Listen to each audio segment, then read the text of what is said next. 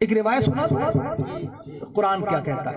कुरान ही कहता है वक़र्न फ़ी बुयूतिकुन्ना वला तबर्रजना तबर्रुजल जाहिलिय्या व अक़िमनस सलाह व आतीनस ज़कात व अतीअन्नल्लाह व रसूला। ऐ औरतों घरों में ठहरी रहो, जरूरत के मुताबिक जाओ, बाजार अगर जाना है शौहर को लो साथ जाओ, पर्दे में जाओ ताकि किसी की गंदी निगाह तुम्हारी तरफ ना पड़े। नबी कौनैन सल्लल्लाहु ताला अलैहि वसल्लम की अज़वाजे मुत्तहरात पर्दे में रहती भी थी, खुद का जिस्म भी किसी को नहीं दिखाती और दूसरे का चेहरा भी नहीं देखती थी। वाह वाह, क्या होता है? औरतें औरतों को देखें, मर्द मर्दों को देखें, लेकिन औरतें मर्द को देखें, मर्द औरतों को देखें, दोनों मना है। बात समझ रहे? दोनों चीजें मना है। नबी करीम सल्लल्लाहु अलैहि वसल्लम की बीवी हजरत उम्मे सलमा बैठी है, हजरत मैमूना बैठी है, इतने में एक नाबीना सहाबी हजरत अब्दुल्लाह इब्न मक्तूम रज़ियल्लाहु तआला अन्हु आ गए। नाबीना है, अंधे हैं, लेकिन जब जैसे ही घर में दाखिल होने की इजाजत मांगी तो सरकार ने अपनी बीवियों से कहा कि पर्दा कर लो। या रसूलल्लाह काहे का पर्दा? ये तो अंधे हैं, ये हमें देख नहीं पाएंगे। आका ने फरमाया ये देखे ना देखे, तुम तो देखोगी ना, तुम तो देखोगी। पर्दा दोनों तरफ से। आका ने मना फरमा दिया पर्दा करो, पर्दे में चली गई। गोया आका ये जहन दे रहे औरतों को, अरे औरतों सुनो, एक आदमी जो तुम्हें देख रहा है उससे तो पर्दा है ही है, लेकिन जो तुम्हें देख नहीं रहा है उससे पर्दा करना है तुम्हें। क्यों? इसलिए कि वो तुम्हें नहीं देख रहा है, वो तो नहीं बहकेगा लेकिन तुम तो बहक सकती हो ना। वाह वाह, पर्दे में रहो। जानते हो जंग हुई थी, नबी करीम सल्लल्लाहु अलैहि वसल्लम जिन जंगों में तशरीफ ले गए, उन जंगों में बजाते खुद तशरीफ ले गए। उसमें एक जंग आती है, मारका गज़वा बनु कैनुका। क्या नाम है? हमें लड़ाइयां भी आती है। गज़वा बनु कैनुका, अरे याद कर लो। करीब 2 साल हुए थे सरकार सल्लल्लाहु अलैहि वसल्लम को हिजरत करके मक्का मुअज़्ज़मा से मदीने मुनव्वरा पहुंचे। और जब मदीने मुनव्वरा पहुंचे तो यहूदियों से कुछ मुआहदे हो गए थे कि आप जंग नहीं करेंगे, ये नहीं करेंगे, वो नहीं करेंगे, मुसलमानों को परेशान नहीं करेंगे। तो मुआहदे हो गए, तय हो गया, सारा काम तय के हिसाब से चल रहा था, मुआहदे के हिसाब से चल रहा था। लेकिन जब जंग बदर हुई, मुसलमानों का खलबा हो गया, मुसलमानों की जो है अफसाइश हुई, उनको खलने लगा यहूदियों को। यहूदियों ने जानते हो क्या किया? लोगों को परेशान करना शुरू कर दिया, मुसलमानों को परेशान करना शुरू कर दिया। नबी करीम सल्लल्लाहु अलैहि वसल्लम गए समझाने के लिए, क्या कर रहे हो तुम? तुमने मुआहदा किया था, तुमने वादा किया था, तुमने साफ तौर पर हमसे जो अहद किया है उस पर कायम क्यों नहीं हो? कहने लगे कि नहीं मोहम्मद, अपने हथियारों पे मत इतराओ, अपनी कौम पे मत इतराओ, हम दबने वाले नहीं है। आका ने फरमाया यहाँ बात दबाने की नहीं है, तुमने जो मुआहदा किया था, जो बात तुमने तय की थी, उसी बात पर रहना है। कहीं हम मोहम्मद किसी की सुनने वाले नहीं है। आका करीम सल्लल्लाहु अलैहि वसल्लम को बात बड़ी नागवार गुजरी, लेकिन सरकार तशरीफ ले आई। और जब आ गए, पहुंच गए,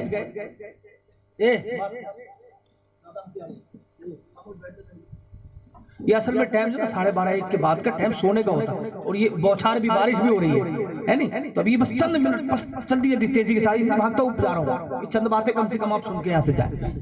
तो नबी करीम सल्लल्लाहु अलैहि वसल्लम तशरीफ ले आए। जब तशरीफ ले आए ना तो नागवार तो गुजरी थी, लेकिन अल्लाह को एक रास्ता, एक सबील पैदा करना था। हुआ क्या?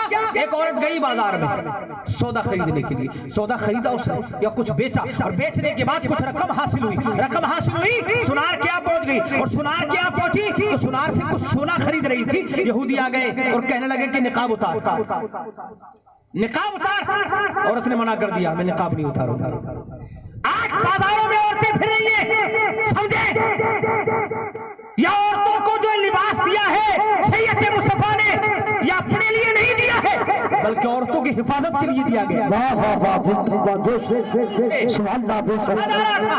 उतारो निकाब, उतारो निकाब। उस औरत ने कहा नहीं, मैं निकाब नहीं उतारूंगी, मैं अपना चेहरा नहीं दिखाऊंगी, मैं अपने चेहरे से हिजाब नहीं उतारूंगी, मैं अपने चेहरे से दुपट्टा नहीं हटाऊंगी। मना करती रही औरत, और ये जालिम उसे छेड़ते रहे, कहते रहे मुंह तो दिखा दे, मुंह तो दिखा दे, मुंह तो दिखा दे। आज तो किसी को कहने की जरूरत ही नहीं है, अगर बुर्के में भी जा रही है तब भी मुंह देख लो। बोलो, मुंह तो छुपाई नहीं है, बुर्का तो फैशन के लिए पहना है। मुंह छुपाई नहीं है उसका, जा रही है सबको दिखाती हूँ। अल्लाह के प्यारे हबीब सल्लल्लाहु अलैहि वसल्लम की सहाबिया हैं, और वो सहाबिया जान जाए तो जाए लेकिन शरीयत मुस्तफा हाथ से न छूटने पाए। हजरत उम्मे खल्लाद सहाबिया हैं, सरकार की बारगाह में खबर मिली कि जंग में ना बेटा शहीद हो गया। अरे यार, किसी का जवान बेटा शहीद हो जाए, जवान बेटा दुनिया सुरक्षित हो जाए, माँ चिल्लाएगी, नोहे करेगी, रोएगी, गिड़गिड़ाएगी, लेकिन यार कुर्बान जाए उम्मे खल्लाद सरकार की बारगाह में हाजिर हुई ना, पूछा सरकार से, या रसूल अल्लाह मेरे बेटे का क्या हुआ? आका ने फरमाया तेरा बेटा जन्नती है। वाह वाह वाह, जिंदाबाद। उम्मे खल्लाद वहां से निकल गई। अब मर्दों में से जो जान पहचान के रिश्तेदार थे, करीबी थे, उन्होंने कहा उम्मे खल्लाद अभी तुम पर्दा किए हुए हो, अभी चेहरे पे निकाब है, अभी तुम दुपट्टा पहने हुए हो, हैं? अभी तुम्हारे चेहरे पे निकाब, बेपर्दा नहीं हो तुम।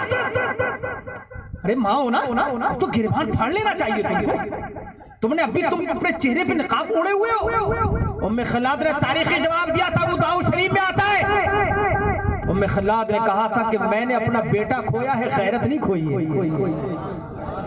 मैं बेगैरत नहीं हूँ, मेरा बेटा ही तो गया है, मेरी गैरत नहीं गई है, मेरा बेटा ही तो मर गया, लेकिन मेरी गैरत नहीं मरी है। एक बेटा क्या, लाखों करोड़ों बेटे हो, अगर उम्मे खल्लाद जैसी हो तो कसम खुदा की अल्लाह का कर्म होता है कि अल्लाह पाक उनके बेटों को भी बख्श देता है और उनको भी बख्श देता है। नारे तकबीर, नारे रिसालत, नारे गौसियत, मसलके आला हज़रत। सुने बस, क्योंकि बूंदाबांदी शुरू हो गई है, दो चार बातें बड़ी तेजी के साथ आपके कुछ गुजार कर लो भागते हुए। इतनी समझ में आ गई बात है? अल्लाह के प्यारे हबीब सल्लल्लाहु अलैहि वसल्लम तक खबर पहुंच गई। और इधर देखें आप, औरत को छेड़ रहे, कह रहे निकाब उतार। आज कह रहे हैं ये कर्नाटक में निकाब उतार, हिजाब उतार। वजह क्या है? वजह ये कि मेरी बहन, मेरी बेटी, मेरी माँ, मेरी बीवी बेपर्दा घूम रही है। वो जानते हैं कि 4 मुसलमान बोलेंगे, 96 मुसलमान हमारे साथ हैं। मौलाना साहब की बीवी भी घूम रही है, मुफ्ती साहब की बेटी भी जा रही है, मुफ्ती साहब खुद लिए फिर रहे हैं मार्केट में बीवी को अपने मोटरसाइकिल पे बेपर्दा। उन्हें पता है ये कौम नंगी हो चुकी है, लिबास है, इज्जत उतार चुकी है, कहीं से भी बेइज्जत कर सकते हो, कहीं से भी जलील कर सकते हो। और पहले के थे जिनके जज्बात जिंदा थे, मरने के बाद आज भी जिंदा है, आज भी उनके नाम लिए जाते हैं, उनके पर्दों के जिक्र होते हैं। कुरान में पर्दों का जिक्र होता है, उन औरतों का जिक्र अल्लाह पाक ने कुरान पाक में फरमाया। औरत ने कहा मैं मुंह नहीं खोलूंगी, बहुत जिद की, नहीं मानी, बहुत छेड़ा। जानते हो क्या किया? पीछे से एक यहूदी गया, वो औरत सामान खरीदी रही है, सुनार के पास बैठे हुए। पहले क्या घाघरे चलते ना, घाघरे, पहले घाघरे टाइप में कपड़े चलते थे औरतों के। उस जालिम ने एक कांटा लिया, और कांटा लेने के बाद निचला हिस्सा औरत की, घाघरे वगैरह का नीचे का हिस्सा और ऊपर का हिस्सा नीचे से उठाया, वो बैठी हुई थी, ये लिया और टाका उसने इस तरीके से किया कि ये वाला टाका, समझ रहे मेरी बात, ये टाका यहाँ दोनों जोड़ दिए उसने। अब जैसी वो औरत उठी ना, तो उसकी जिस्म का कुछ हिस्सा लोगों को नजर आ गया। यहूदियों ने हंसना शुरू कर दिया, वो रोने लगी। उसने जो है बाबेला मचा दिया, जालिमो, अल्लाह का कायद नाज़िल होगा, तुमने ये क्या किया है? इतने में एक मुसलमान उधर से गुजरता हुआ जा रहा था, उसने कहा बहन क्या हो गया? तो कहा भाई, वो भाई नहीं था, ईमानी रिश्ते का भाई था, मुस्तफा ने जिसे भाई बनाया था वो भाई था। कहा बहन क्या बात है? हजरत उमर फारूक आजम रज़ियल्लाहु तआला अन्हु की बारगाह में किसी मामले को लेकर मुल्क शाम से एक औरत निकली, 3 दिन का सफर तय किया, और जब पहुंची मदीने मुनव्वरा में अमीरुल मोमिनीन उमर फारूक आजम की बारगाह में तन्हा थी। पूछा तुम्हारा कोई महरम नहीं है? कहा नहीं है। परेशान थी, तभी तो आई हूं आपके पास। कहा रास्ते में किसी मर्द ने छेड़ा नहीं तुमको? किसी मर्द ने तुम पर गंदी निगाह नहीं डाली? कहा मैं पर्दे में थी, पहली बात, और दूसरी बात जिस रास्ते से गुजर के जाती, जहां जहां मुझे मुसलमान तो मुसलमान यहूदियों ने भी देखा है, तन्हा जा रही हूं, लेकिन अल्लाह का करम ये हुआ कि उन्होंने अपनी निगाहें नीचे कर ली है। निगाहें नीचे कर ली। मुझे पूरे 3 दिन हो गए सफर करते करते, लेकिन किसी मर्द ने नहीं छेड़ा, चाहे वो मुशरिक हो, चाहे यहूदी हो, चाहे ईसाई हो, चाहे मुर्तद हो, चाहे मुसलमान हो, कोई भी हो, किसी मर्द ने मुझे नहीं देखा। वजह क्या थी? जानते थे ये तन्हा जरूर दिखाई दे रही है, लेकिन पर्दे में जा रही है। अगर हमने इसे छेड़ा तो मदीने का उमर आ जाएगा, उमर आ जाएगा। इसलिए जाने दो इसको, छेड़ो मत। या एक औरत को छेड़ा गया तो न जाने कितनों को जो है दलीलो खार कर दिया जाएगा, काफी बेदखल कर दिया जाएगा, जिंदगी तबाह बर्बाद कर दी जाएगी। तो दौर था हमारा, अल्लाह का करम था हम पर कि हमारी माएं, हमारी बहनें, हमारी बेटियां, हमारी बीवियां पर्दे के साथ आया करती थी। तो हिंदू भी, सिख भी, ईसाई भी हमारी बहनों की, हमारी बेटियों, माओं की इज्जत किया करते थे। लेकिन आज हमारी माएं फिर नहीं हुई। फिर कह रहे छेड़ा उसने, छेड़ेगा नहीं। अरे बोलो भाई, छेड़ने के लिए तुम खुद जा रही हो? कोई भी छेड़ सकता है, तुम जा क्यों रही हो? उस औरत ने कहा भाई इसने मुझे छेड़ा, इसने ना मेरा पीछे का हिस्सा ऊपर वाले हिस्से से मिला दिया कांटे से। मैं चूंकि सामान खरीद रही थी, मेरी तवज्जो इधर थी, मैं नहीं देख पाई, मगर इसने ऐसा मेरे साथ कर दिया। उस मुसलमान को गुस्सा आ गया। उसने कहा क्यों जालिम, किसने किया? उसने कहा मैंने किया। इस सहाबी आगे बढ़े, तलवार निकाली, एक ही बार में गर्दन अलग कर दी। उठाओ, कभी जंग पड़ा करो, नबी करीम सल्लल्लाहु अलैहि वसल्लम की जंगें भी पढ़ो, सरकार की जहां मोहब्बतें पढ़ते हो, शफकतें पढ़ते हो कि अपनी जान के दुश्मनों को सरकार ने माफ फरमा दिया, वहीं सरकार सल्लल्लाहु अलैहि वसल्लम ने जंगें करके बताया जब मामला दीन का आ जाए तो फिर माफी नहीं है। जहां तक मेरी जान का मामला है तो मैं जिसे चाहूं जान बख्श दूं, जिसे चाहूं जान दे दूं। ये कायनात, ये सब कुछ जो कुछ है, जहां जहां भी तुम्हें जान या जहान मिलेगा, ये सब मेरे कदमों की बरकत है। सहाबी ने जब मारा तो सहाबी को भी शहीद कर दिया गया। इधर नबी करीम सल्लल्लाहु अलैहि वसल्लम को खबर मिल गई, सरकार सल्लल्लाहु अलैहि वसल्लम ने चारों तरफ से घेर लिया। 700 घर, तारीख भी सुन लिया करें, बात खत्म कर रहा हूं। 700 घर मुहासरा कर लिया सरकार ने चारों तरफ। सरकार ने फरमाया मामला अब दूसरा है, पहले तुमने मेरी बेइज्जती करने की कोशिश की थी और तुम मुझसे कह रहे थे मोहम्मद अब कुछ बिगाड़ नहीं पाओगे, मगर मैं उस वक्त चला गया था क्योंकि मामला गुस्से का था। लोग कहते अपनी बात आ गई, अब मेरी बात नहीं है बल्कि मेरी उम्मत की, एक उम्मतिया की बात है, एक बंदी की बात है, एक बादी की बात है, एक कनीज़े फातिमा की बात है, मेरी बेटी की सुन्नत पे अमल करने वाली की बात है। अब मामला यहाँ नहीं रुकेगा। अल्लाह के प्यारे हबीब सल्लल्लाहु अलैहि वसल्लम ने एक हज़रत उबादा बिन सामित गालिबन रज़ियल्लाहु ताला अन्हु, उस सहाबी और दीगर सहाबे किराम जो उसी कबीले से ताल्लुक रखते थे, सरकार ने उन्हें बुलाया। पहले यहूदी थे वो, अब चूंकि मुसलमान हो गए तो कबीला भी बदल गया, जात भी बदल गई, अब तो आका के गुलाम हो गए। उन्होंने कहा रसूलल्लाह क्या करना है? फरमाया कि मुहासरा करो, अगर ये जंग करेंगे तो जंग की जाएगी। लेकिन 15 दिन के बाद सारी हवा निकल गई। कुरान में अल्लाह ने आयत करीमा भी नाजिल फरमाई कि बड़ा गर्रा है इनको, बड़ा गुरूर है अपने औजारों पे, तलवारों पे, हथियारों पे, सारा गुरूर मिला दूंगा खाक में। अल्लाह से कोई टक्कर ले सकता है? और जिसने रसूलुल्लाह से टक्कर ली उसने गोया अल्लाह से टक्कर ली। और जो अल्लाह से टक्कर लेगा उसका हाल जानते हो क्या होगा? यही होता है। नबी करीम सल्लल्लाहु अलैहि वसल्लम फरमाया तो ये क्या चाहते हैं? का माफी। आका ने फरमाया कोई गुंजाइश नहीं, निकलो यहाँ से। या रसूलल्लाह फिर हम क्या करें? आका ने फरमाया इनको कह दो 3 दिन के अंदर अंदर पूरी बस्ती खाली कर दे, मदीना यहूदियों से खाली हो जाएगा। 3 दिन की मोहलत। इधर हज़रत उबादा पहुंचे, कहने लगे 3 दिन की मोहलत है कि यार उबादा तुम तो हमारे कबीले से हो, कुछ और मोहलत दिलवा दो। तो जानते हो आपने क्या फरमाया? एक लम्हा भी नहीं। आका ने कह दिया 3 दिन तो 3 दिन, न कम न ज्यादा, 3 दिन के अंदर निकल जाओ वरना फिर कोई बचेगा नहीं। 3 दिन हुए, सब निकल गए, एक को मारा नहीं सरकार ने। बस ये था कि मदीना इनसे पाक हो गया। और एक तारीख रकम हो गई कि एक जंग ऐसी भी है कि सरकार तशरीफ ले गए बजाते खुद, और उसकी वजह यह थी कि पर्दे पे हमला किया गया था, पर्दे पे हमला किया गया था, नबी बजाते खुद तशरीफ ले गए हैं। ऐसी जंग भी है। आज हम किस मुंह से जाएंगे पर्दे पर लड़ने के लिए? हमारी बेटी कॉलेज में पढ़ रही, बेपर्दा घूम रही है, जींस पैंट पहने फिर रही है, बेपर्दा घूम रही है, लौंडों के साथ फिर रही है, बेपर्दा घूम रही है। किस मुंह से जाएंगे अब पर्दे की बुनियाद पर लड़ने के लिए? लोगों, पर्दे वाले तो वो है, पर्दे वाले तो वो थे जो मुस्तफा करीम सल्लल्लाहु अलैहि वसल्लम के साथ निकलते थे ना, तो उनकी बीवियां इस अंदाज में निकलती थी, पता ही नहीं चलता था कि काफिले में औरतें भी हैं, पता ही नहीं चलता था, खबर नहीं रहती थी। बहुत सारे वाकयात हैं, मैं उस तरफ नहीं जाता। बस आखिरी बात सुनेंगे, आखिरी बात जोर से सुभान अल्लाह बोलो। फिर कभी कैंप पर शुरू करें जलसा, और शादी के जलसे करते रहें, भले ही छोटा करें, ठीक है, तो 10 मिनट का मौका दे, कोई हर्ज नहीं। लेकिन शादी में क्या करना आपको, महफिल मुस्तफ़ा सजाओ तो इंशाअल्लाह मुस्तफ़ा करीम सल्लल्लाहु अलैहि वसल्लम की सुन्नतों की बरकतें आपको मिलेंगी। आका ने इरशाद फरमाया निकाह बिल सुन्नती फमन रग़िब अन सुन्नती फलैसा मिन्नी, निकाह मेरी सुन्नत है, जिसने इससे मुंह मोड़ा उससे मेरा कोई ताल्लुक नहीं। बहुत सारी हदीसें फिर कभी इंशाअल्लाह सुनाऊंगा, बहुत सारे वाक़यात हैं, बस इतना समझ लो आज हमारे हाथों में हुकूमत नहीं है, वजह हमने नबी की सुन्नत छोड़ दी। हम जरा से भी नेता हो जाना, प्रधानी खाली कह दे हमसे, प्रधानी से नीचे कोई होता है, क्या बोलते हैं उसको, मेंबर से भी नीचे कुछ होता है, बीडीसी, हाँ, अगर उसका भी हमें ऑफर मिल जाए ना तो हम सारे हराम काम करना तैयार हैं, फिर हमें दीन दिखाई नहीं देता। एक मिसाल देता हूं और अपनी बात खत्म करता हूं। एक तारीख में एक बादशाह गुजरा है, सुलेमान कानूनी नाम का, तुर्की बादशाह, नाम याद करो, जोर से बोल दो, सुलेमान कानूनी, तुर्की बादशाह। वजीर आया, वजीरों ने कहा सरकार हमारे बागीचे में ना कुछ पेड़ हैं उनमें चींटियां चढ़ रही हैं, क्या करें। बादशाह ने कहा कि रुक जाओ, तो सरकार मार देगा, नहीं मारो मारो, मैं किसी मुफ्ती से मसला पूछूंगा फिर बताऊंगा। बात समझ में आ रही है, सुभान अल्लाह बोलो जोर से।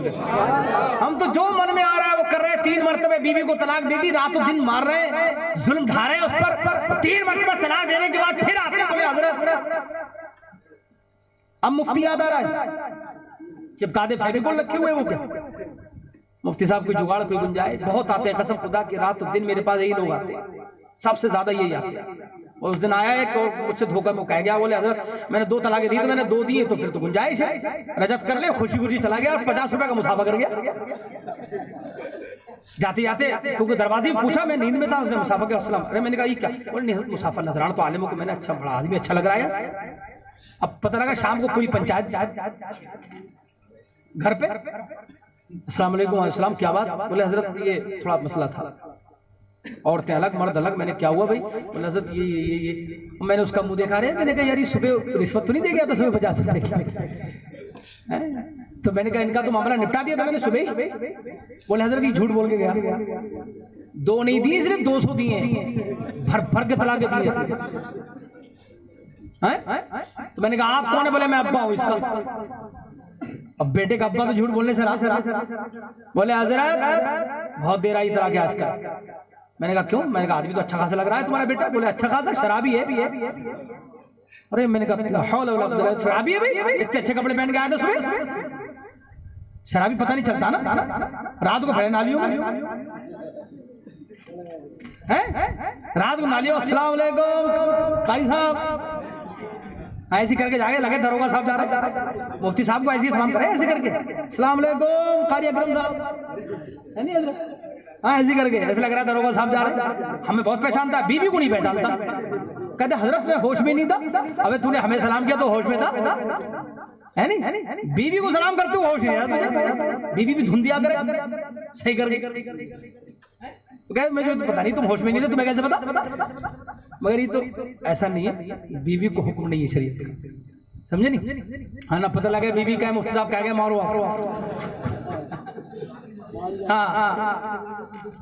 हाँ ऐसा नहीं, उसके लिए दुआ करो, नमाज़ें पढ़ पढ़ के अल्लाह की बारगाह में, सूरह यासीन शरीफ पढ़ के दम करके उसको पानी पिलाया करो, तो इंशाअल्लाह सूरह यासीन शरीफ की बरकत से शराब पीने से बाज आ जाए। नमाज पढ़ पढ़ के उसके सीने पे दम किया, मोहब्बत से पेश आया करो, तो इंशाअल्लाह जरूरत नहीं पड़ेगी। आज जो बारातों में जा जाके ना, रिसोर्टों में, शादियों में सज सवर के जा रही है, बाजारों में, घर में रहती है बिल्कुल बंजारों की तरह,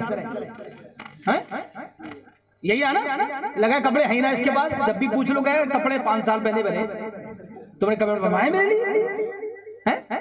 यही शिकायत रहती ना बीवी की, कभी लड़ाई लड़के देख लियो किसी दिन मजाक में, फिर बात आ जाएगी, बोले तुमने क्या किया मेरे साथ। आका ने इरशाद फरमाया कि औरत ऐसी जात है कि अगर मियां बीवी में थोड़ी खटपट हो जाए तो वो कहती तुमने मेरे साथ किया ही किया, चाहे तुम सोना पिला दो उसे, भर भर के सोने उसके 5-5 10 किलो के पहना दो उसे, कल लड़ाई लड़ लो तो बोले तुमने क्या किया, जरा सी देर में कह देंगे। तो आप इस तरह मत जाना, सरकार ने पहले ही फरमा दिया, तो लड़ाई मत लड़ना, अगर वो कहिए कि तुमने कुछ नहीं किया, बोले कुछ नहीं, दुआ कर इंशाल्लाह कर देंगे, मगर लड़ाई मत लो, तलाक देके चले आते हो, अरे वो बोल रही है बोलने दो, अरे अगर तुमने बीवी की 2-4 तलख बातें बर्दाश्त कर ली तो इंशाल्लाह जन्नत में सीधे हदीस शरीफ है, बैठा खाने के लिए, आका फरमाते हैं कि उसने नमक ज्यादा था, गुस्सा तो आ रहा था बीवी पर, लेकिन फिर सोचने लगा बीवी ने दिन भर काम किया है, दिन भर काम करती थक गई होगी और ज्यादा हो गया होगा, कोई नहीं चलो माफ करो, छोड़ दिया। आका इरशाद फरमाते सिर्फ इस वजह से अल्लाह उसकी मग़फ़िरत फरमा देगा। नजरअंदाज किया करो, तलाक कोई ऑप्शन थोड़ी है, तलाक दे दी फिर या तो तलाक दे के छोड़ी दो ना, फिर जुड़वाने आओ कारी अकरम साहब के पास, और कारी अकरम साहब फिर मुरादाबाद चलो जामिया नहीं में चल रहे, मुफ्ती साहब के पास चल रहे। अच्छा उन मुफ्ती साहब ने कह दिया 3 हो गई तो हो गई, बोले यार वो मुफ्ती साहब तो ये इतना बेवकूफ बनाता आदमी हमें बैठ के, बोले हजरत फला मुफ्ती साहब तो ये कह रहे थे, फला मुफ्ती साहब से तुमने कहा होगा मैंने 2 दिए, तो वो कहेंगे ठीक है गुंजाइश है, तलाक देने से बचो, याद रहेगा। हजरत सुलेमान कानूनी बात जो कि आखिरी थी, लंबी हो गई, लंबी तो नहीं होगी ज्यादा, बादशाह थोड़ी सी हमारे पास हुकूमत आ जाए, थोड़ा सा पावर आ जाए, फिर हम भूल जाते हैं सुन्नत क्या है, शरीयत क्या है, इस्लाम क्या कहता है, कुरान क्या कहता है, अल्लाह क्या कहता है, रसूलुल्लाह ने क्या कहा, सहाबा ने क्या कहा, अब्बा अम्मी क्या कह रहे हैं, सब भूल जाता है। मोटरसाइकिल मिल गई, नेता हूं, 2 आदमियों ने गांव के कह दिया नेताजी तुम ही जीतोगे, पता है नहीं जीतना, गारंटी से बताओ उसे, बोले रे तुम्हें नहीं पता, हालात मेरे ही हैं, हालात नहीं है, शराबी हैं जितने, शराब के चक्कर में कह रहे हैं, बड़ी शराबें बेची जालिमों ने, और शराबें बांटी हैं, बड़ी बड़ी शराबें बांटी हैं। मैंने पिछले जुमे को जबरदस्त वाली तकरीर करी जुमे की दिन, मैंने कहा खारत हो जाओगे, बहुत जबरदस्त वाली शराबें बढ़ रही थी मोहल्ले में, हमारे सुनने में आ गया, किसी ने कान में खबर दे दी, जासूस हमारी भी रहते हैं, इमामों से ज्यादा जासूस कहाँ मिलेंगे, इमाम का तो हर आदमी जासूस है। वो जैसे ही देखा कि अरे हजरत फुला भाई ये कर रहे थे, फुला भाई को मैंने देखा शराब पीते हुए, अरे साहब तकरीर कर दें, वो यार हजरत मेरे ऊपर कर दी, हालांकि वो आपके ऊपर नहीं किए, उन्होंने हर मुसलमान के लिए किए, जो कर रहे हैं वो बच जाए, जो करने वाले हैं वो तौबा कर ले, बचने की कोशिश करें, और आइंदा इससे बचने का अहद कर लेंगे इंशाल्लाह नहीं करेंगे। सुलेमान कानूनी बैठे हैं, बादशाह कहते हैं मैं मुफ्ती साहब से पूछूंगा, किससे पूछूंगा, बादशाह हो भाई, मुफ्ती साहब से पूछने की क्या जरूरत है, शरीयत का मसला है, किसी जानदार चीज को मारना जायज कैसे हो सकता है। आका ने फरमाया किसी जानदार चीज को जलाओ मत, वो तुम करो जला दे चूटियों को, कैसे मारने दूंगा मैं, कैसे जलाने दूंगा। कहा ठीक है हजरत, मुफ्ती साहब को बुलाते कि नहीं, मुफ्ती साहब को बुलाओ मत, वो मुफ्ती हैं, सवाल हमें पूछना है, हम जाएंगे उनके दरवाजे पर। सुलेमान कानूनी चले, दरवाजे पे दस्तक दी, वजीर है, खुद्दाम है, नौकर चाकर, लश्कर सब साथ है, दरवाजे पे दस्तक हुई, अंदर से आवाज आई कौन, हजरत से मुलाकात कर, हजरत तो बाहर गए हुए हैं दौरे पर, कई दिन के बाद आएंगे, हजरत नहीं है तो क्या करें। बादशाह से वजीरों ने कहा सरकार फिर चलेगा नहीं, कागज लाओ, कागज लाया गया, बादशाह ने सवाल लिखा, क्या मेरे पेड़ में चींटियां हो गई हैं, अरबी का एक शेर है जिसका मफहूम सुना रहा हूँ, चींटियां हो गई हैं, क्या हम उन्हें मार सकते हैं, मारने में कोई जरूरत तो नहीं, हरज तो नहीं। चले गए देखकर, चंद दिन के बाद मुफ्ती साहब आ गए, और मुफ्ती साहब जब घर पहुंचे, बच्चों ने, शागिर्दों ने, बेटी ने, बीवी ने, किसी ने पर्चा दिया, बादशाह भी आए थे, कहा अच्छा तो पर्चे के लिए गए नहीं वहां, जाओ दरबार में जाके जवाब दूंगा, पर्चे के पीछे जवाब लिख दिया, और शागिर्द से कहा ले जाके दे के आओ, पहुंच गया बादशाह, क्या हजरत ने जवाब भेजा है, जवाब क्या है, जवाब बादशाह ने पढ़ा तो लिखा था कि चींटियां अपने हिस्से का ले रही है, ज्यादा टेंशन मत लो, चली जाएंगे, इंसानों की तरह हवस तो है नहीं कि इतना ले लिया तो ताऊ ले लूं, वो अपने हिस्से का लेंगे फिर चली जाएंगी, ज्यादा टेंशन लेने की जरूरत नहीं है। बादशाह मान गया, चंद दिनों के बाद सफर की नौबत आई, वापसी में इंतकाल हो गया, रास्ते में जब इंतकाल हुआ तो पहले क्या होता था, मरने से पहले लोग वसीयत करते थे, हमारे यहाँ वसीयतें होती नहीं है, हमारे यहाँ बंटवारे मरने से पहले जो अब्बा अम्मी करते हैं ना, वो कैसे करते हैं, 4 लड़के हैं तो चारों को बांट दिया घर, और अब तुम कहाँ रहोगे, अजीब अक्ल है यार, इतने बूढ़े मत हो जाओ यार, थोड़ी अक्ल इस्तेमाल करो, चारों को दे दिए घर, अब तुम बोले अम्मी रहेगी मंझले के यहाँ 1 महीने, 1 महीने संजले के यहाँ, 1 महीने छोटे के यहाँ, 1 महीने बड़े के यहाँ, अब्बा के भी बंटवारे, अम्मी के बंटवारे, टुकड़ों पे पल नहीं है, बीवी ने दे दिया नहीं दिया, दिन भर काम, अक्लमंद बनो, बांटो 5-6 से करो, सुन रहे हो तवज्जो से, सुभान अल्लाह बोलो जरा जोर से, तुम्हारे मतलब की बात, कितने ऐसे करना है, 6 से करो, बेटियां नहीं है तो करो 6, पता लगा लड़कियां भी हैं तो करो 2 लड़कियां हैं, अगर 2 लड़के हैं तो 4 ये, या 4 लड़कियां 4 लड़के तो 8 ये हुए, 2 अपने 10 हिस्से करो। 4 लड़के और 4 लड़कियां और 2 तो मियां बीवी, कितने हिस्से बने? बोलो भाई 10, बराबर बराबर बांट दो। बेटा ये तेरा कमरा, ये तेरा कमरा, ये तेरा कमरा, सबके लिखत रूम में सरकारी करवा दो, अपना भी सरकारी करवा दो, बीवी का भी सरकारी करवा दो, और उसमें ये वसीयत कर दो, मैं अगर मर जाऊं तो मेरा कमरा इस वाली मस्जिद को जाए, और अगर मेरी बीवी मर जाए तो ये जो मेरा कमरा है ये इस मस्जिद को या इस मदरसे को जाए, और ये मेरी बीवी वाला कमरा उस मस्जिद उस मदरसे को जाए। बंटवारे भी हो गए, जिंदगी भी खुशहाल गुजर जाएगी बुढ़ियों बुड्ढों की। तो बोलो तुम्हारे मतलब की बात नहीं है, अच्छी जिंदगी गुजरेगी तुम्हारी। अरे जीते जी देने का मतलब ये कि तो वो मौलाना साहब निकाल देंगे आगे? नहीं नहीं, जीती जी का मतलब ये कि जो जिंदगी में अपने देना चाहो वो तो दे दो, वो तो आपको देना ही देना, फिर रहोगे कहां? बात तो रहनी क्या रही ना। आप 10 हिस्से करोगे, 8 बच्चों को बांट दिए, बच्चों को 4 लड़कों को, 4 लड़कों को, 4 लड़कियों को। अब जो 2 आपके बचे आप कहां रहोगे? क्यों किसी के सहारे रह रहे हो? वो नहीं रखना चाहता, एक की बीवी अच्छी है, एक की बीवी नहीं खिलाना चाहती तुमको। बोलो तुम्हें टुकड़े खिला रही है, तुमसे दिन भर काम करवा रही है, बहुत से घर दिखा दूं मैं, हजारों घर दिखा दूं, मैं झूठ बोल रहा हूं क्या?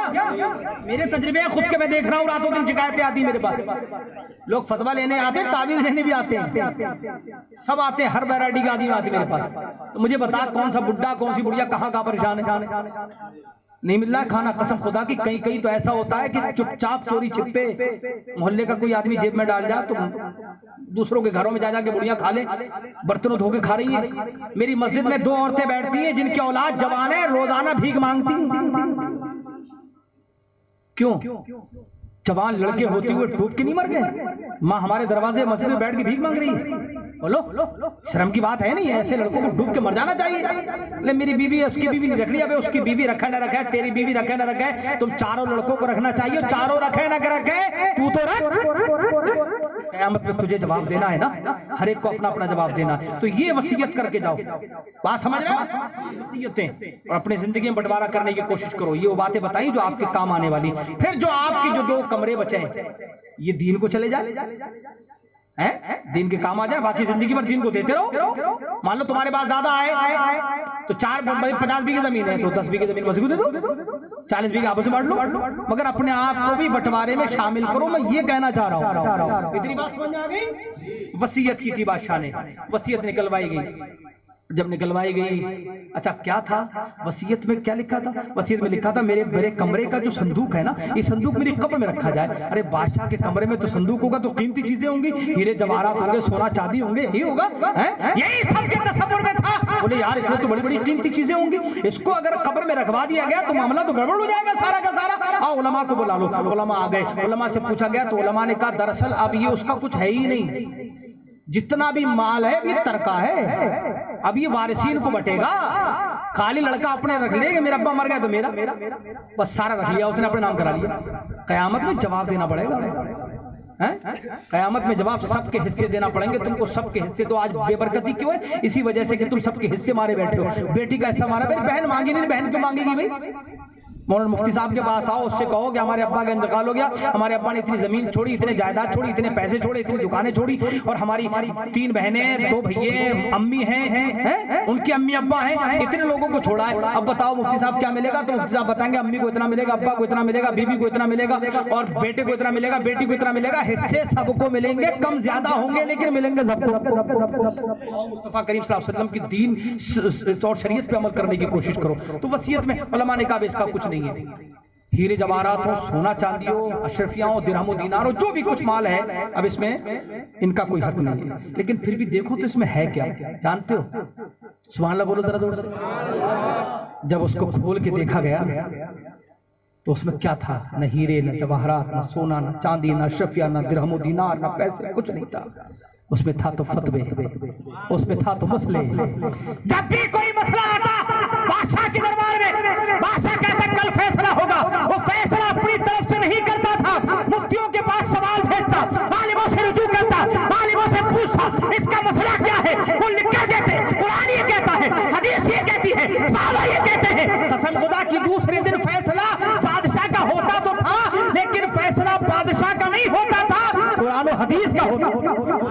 हुए थे, सारे पर्चे रखे हुए थे और गोया वसीयत ये थी कि जब मैं मर जाऊं तो मेरा संदूक मेरी कब्र में रख देना, ताकि मैं अल्लाह की बारगाह में हाजिर होकर कह सकूं मैंने जिंदगी भर बादशाहत जरूर की है, लेकिन मौला तेरे हुक्म के खिलाफ नहीं की है। जब भी फैसले का मामला आया तो मैंने तेरा फैसला देखा, तेरे हबीब का फैसला देखा, तेरे हबीब के सहाबा का फैसला देखा, तेरे अल्लाह के तेरे प्यारों का फैसला देखा, वलियों का फैसला देखा, उलमा का फैसला देखा, मुफ्तियाने किराम का फैसला देखा। और फिर उसके बाद जब तेरे दीन वालों ने मुझे बता दिया दीन ये है, तो मैंने उसी दीन को हुकूमत बना दिया, इसी दीन को मैंने सुल्तानी हुक्म बना दिया है।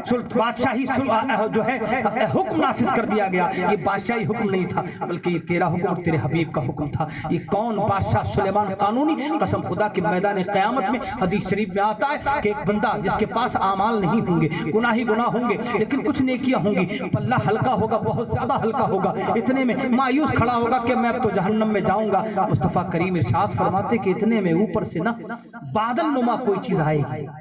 बादल का टुकड़ा देखा ना, कभी कभी देखोगे साफ साफ बादल के टुकड़े होते छोटे छोटे, बादल नुमा एक चीज आएगी और उसके पल्ले में दाखिल हो जाएगी, और जैसी पल्ले में दाखिल होगी उसका पल्ला नेकियों का भारी हो जाएगा। अल्लाह फरमाएगा ये तो जन्नती है, इसे जन्नत में जाने का। अब ये खड़ा है, अल्लाह फरमाएगा जाता क्यों नहीं? अर्ज करता है मौला मैंने तो जितने अमल अच्छे किए थे वो तो ये जो अलग से जो चीज आई ये क्या है जिसकी वजह से मैं बख्शा जा रहा हूं? अल्लाह फरमाता है क्या बंदे, कभी कभी तो लोगों को मसला बता दिया करता था, कभी कभी लोगों को अच्छी बात बता दिया करता था, ये तेरी सारी अच्छी बातें बादल बन जाया करती थी, और आज यही तेरी बातें तेरे नामे आमाल में दाखिल होकर मुझे मगफिरत हो गई है, बायस नजात हो गई है, तेरे जन्नत में दाखिले का सबब बन गई है। हमने इसी वजह से तेरी मगफिरत की कि तू दीन का काम किया करता है। सोचो जरा, कभी कभी एक दो मसले बताने पे अल्लाह मगफिरत फरमा दे। तो जो उलमाए किराम, मुफ्तियाने किराम रात दिन यही काम करते हैं, तो अल्लाह की बारगाह से यही उम्मीद रखते हैं कि अल्लाह पाक उनकी तो मगफिरत फरमाएगा ही फरमाएगा, है दीन का काम करें और हर काम शरीयत मुस्तफा के मुताबिक करें। ये जो शादी की रस्म चल रही है, आप जिंदगी नहीं गुजारेंगे ना, अरे नई जिंदगी होगी, इसको सुन्नत मुस्तफा के मुताबिक आपने शुरू किया है तो इंशाल्लाह इसकी बरकतें जीते जी आपको मिलेंगी, आपको मिलेंगी, आपके औलाद को मिलेंगी, आपकी नस्लों को मिलेंगी। जैसे बादशाह की बादशाहत शरीयत मुस्तफा पर मुनहसिर थी, अपनी जिंदगी को शरीयत मुस्तफा पर मुनहसिर करोगे तो अल्लाह पाक तुम्हें यहाँ भी कामयाबी अता फरमाएगा, आखिरत में भी कामयाबी अता फरमाएगा। मौत आनी है, हक है, अपने आप को जिंदा रखना है तो ऐसी मौत हासिल करो जिस मौत में जिंदगी है नहीं? ऐसी मौत, और वो मौत कब मिलेगी? जब तुम नमाज़ें पढ़ोगे, अच्छे अमल करोगे, दुनिया से जाओ तो ये नहीं कि ठेकेदार था, ठेकेदार कितने दिन जिंदा रहता है? जमींदार कितने दिन जिंदा रहता है?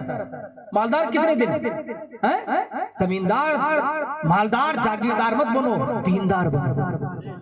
दीनदार हमेशा जिंदा रहता है। अल्लाह पाक हमें दीनदार बनने की तौफीक अता फरमाए। दानिश में आसिफ मियां ने ये अच्छा कदम उठाया, अल्लाह पाक इनके घर में, इन पर भी, इनके आने वाली दोनों लड़कियों पर, बीवियों पर मौला अपनी रहमत नाजिल फरमाए, इनके वालिदैन पर, बहनों पर, भाइयों पर, तमाम घर वालों पर, हासिल पर मौला अपनी रहमत नाजिल फरमाए, बरकतें नाजिल फरमाए, जायज़ मुरादें पूरी फरमाए, दीन और दुनिया की भलाइयाँ नसीब फरमाए। अस्तगफिरुल्लाह रब्बी मिन कुल्लि ज़ंबि व अतूबु इलैहि व आखिरु दावाना अल्हम्दुलिल्लाहि रब्बिल आलमीन। अस्सलामु अलैकुम व रहमतुल्लाहि व बरकातुहू।